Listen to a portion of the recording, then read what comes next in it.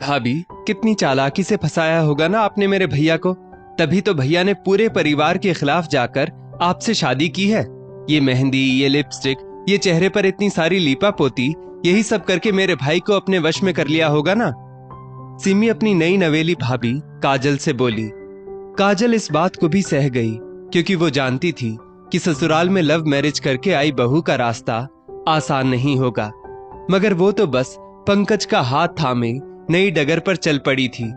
काजल के मायके वाले हो या पंकज के घर वाले, कोई भी इस शादी के लिए तैयार नहीं था। मगर फिर भी पंकज ने साहस करके काजल से शादी की और उसे अपने घर ले आया। काजल को देख ससुराल वालों के मुंह फूल गए थे।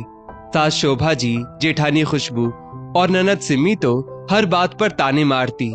जेठानी खुशबू, जिसकी अपनी सास शोभा जी से बिल्कुल नहीं बनती थी, वो भी काजल के आने के बाद खुद को महारानी समझने लगी थी और बात बात पर ये जताती कि वो घर की बड़ी बहू है।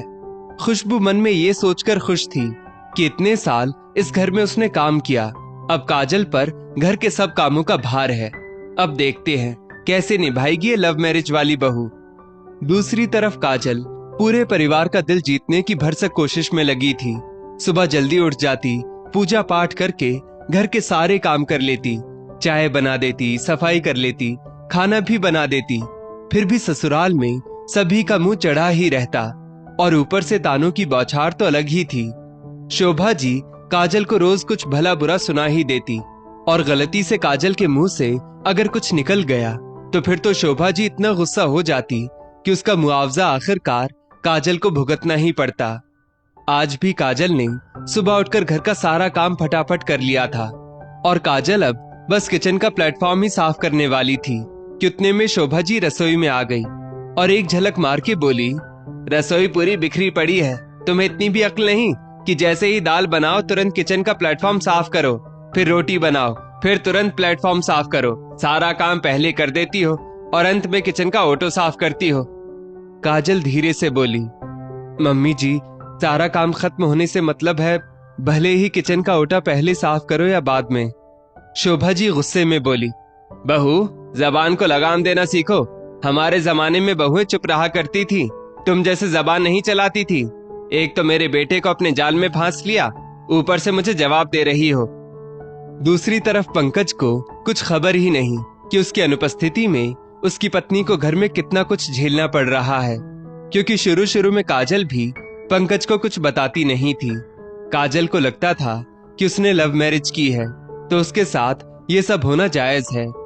धीरे धीरे वो खुद ही सब ठीक कर लेगी, पंकज को क्यों परेशान करना। मगर ये समझना काजल की सबसे बड़ी भूल थी, जिसका भुगतान अब उसे रोज करना पड़ रहा था।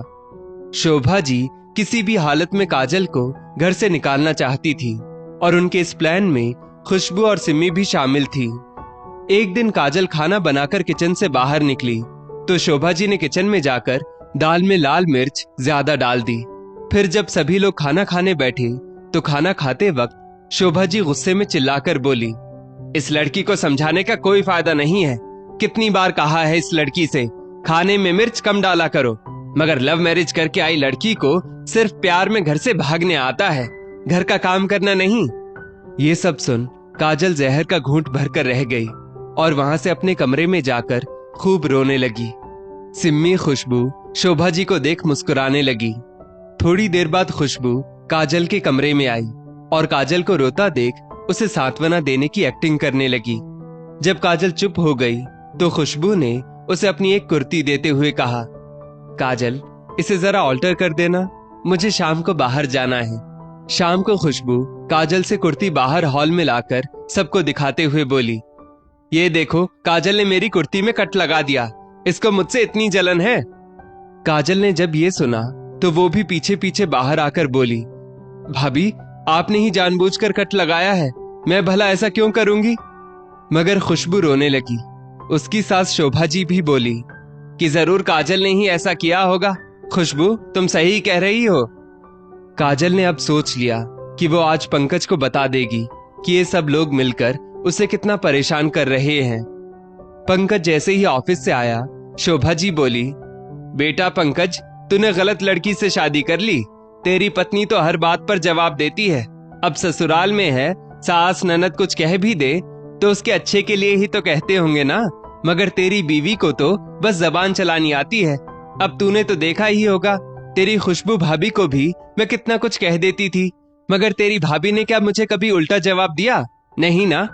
चलो मान लिया मैं खराब हूँ, मगर तेरी पत्नी की ना तो जेठानी से बन रही है ना सिम्मी से। क्या हम सभी खराब हैं? उस वक्त तो पंकज कुछ नहीं बोला।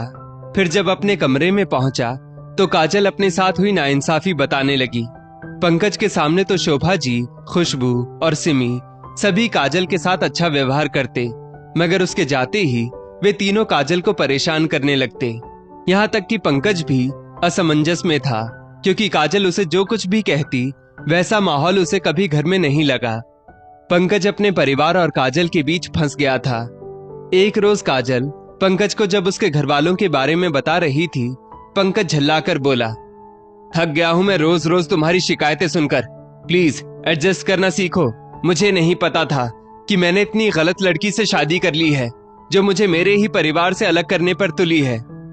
ये सुनकर काजल रो पड़ी। अब तो ये हाल था कि पंकज भी काजल को समझने के लिए तैयार नहीं था। पंकज और काजल के झगड़े दिनों दिन बढ़ते जा रहे थे। दोनों में दूरियां बढ़ने लगी, इतनी ज्यादा कि अब पंकज पर काजल के आंसुओं का भी कोई फर्क नहीं पड़ता था। खुशबू और सिमी को ये देख बहुत खुशी हो रही थी। सिमी काजल के पास जाकर बोली, देख लिया भाभी, लव मैरिज करके आने का अंजाम। अरे वैसे भी जो लड़की अपने माता पिता की नहीं हुई वो हमारी क्या होगी? मायके की तो आप रही नहीं, और अब ससुराल में भी आपका कुछ रहा नहीं। अब क्या करोगी? सिमी के ताने सुन एक बार फिर काजल का दिल छलनी हो गया। अब उसने सब कुछ भगवान पर छोड़ दिया और सोचने लगी, अगर थोड़े दिन और यही सब चलता रहा तो वो पंकज और इस घर को छोड़कर हमेशा हमेशा के लिए चली जाएगी। और फिर एक रोज वो चमत्कार हुआ जिसका इंतजार काजल को था। एक दिन पंकज को बुखार होने की वजह से पंकज ऑफिस से जल्दी घर आ गया। पंकज ने अपने पास वाली एक्स्ट्रा चाबी से दरवाजा खोला। वो अपने कमरे में जाने के लिए बढ़ ही रहा था कि उसे अपनी माँ के कमरे से माँ, बहन और भाभी के हंसने की जोर जोर से आवाजें आईं। शोभा जी खतरनाक अंदाज में कह रही थी, बड़ी आई थी मेरे बेटे को मुझसे दूर करने वाली, अब देखो उसे ही दूर कर दिया मैंने अपने बेटे से। सिमी बोली, मम्मी अब काजल बस थोड़े दिन की मेहमान है हमारे घर में। थोड़े दिनों में पंकज भैया और ये घर दोनों छोड़कर चली जाएगी। खुशबू बोली, हाँ माँ, सिमी सही कह रही है। हमने उसे इतना परेशान किया है कि वो खुद ही ये घर छोड़कर चली जाएगी और पंकज भैया उसे ही दोषी समझेंगे। इसे कहते हैं सांप भी मर जाए और लाठी भी ना टूटे। ये सब सुन पंकज का खून खौल गया। वो वहां से दबे पांव अपने कमरे की तरफ बढ़ गया। वहां जाकर देखा तो काजल गुमसुम सी खिड़की के पास बैठी हुई थी। उसकी आंखें देख लग रहा था जैसे अभी अभी रोई हो। काजल की ये हालत देख पंकज को अपने आप पर बहुत गुस्सा आ रहा था। पंकज काजल के सामने नीचे बैठ गया और अपने किए की माफी मांगने लगा। फिर उसका हाथ पकड़कर सबके सामने जाकर बोला, बस अब बहुत हो गया काजल का अपमान इस घर में। जिस घर में मेरी पत्नी की कोई इज्जत नहीं, उस घर में मेरे रहने का कोई मतलब नहीं। शोभा जी बोली, आखिर आ ही गया ना तू भी तेरी पत्नी की बातों में। पंकज बोला, माँ मुझे काजल ने कुछ नहीं बोला।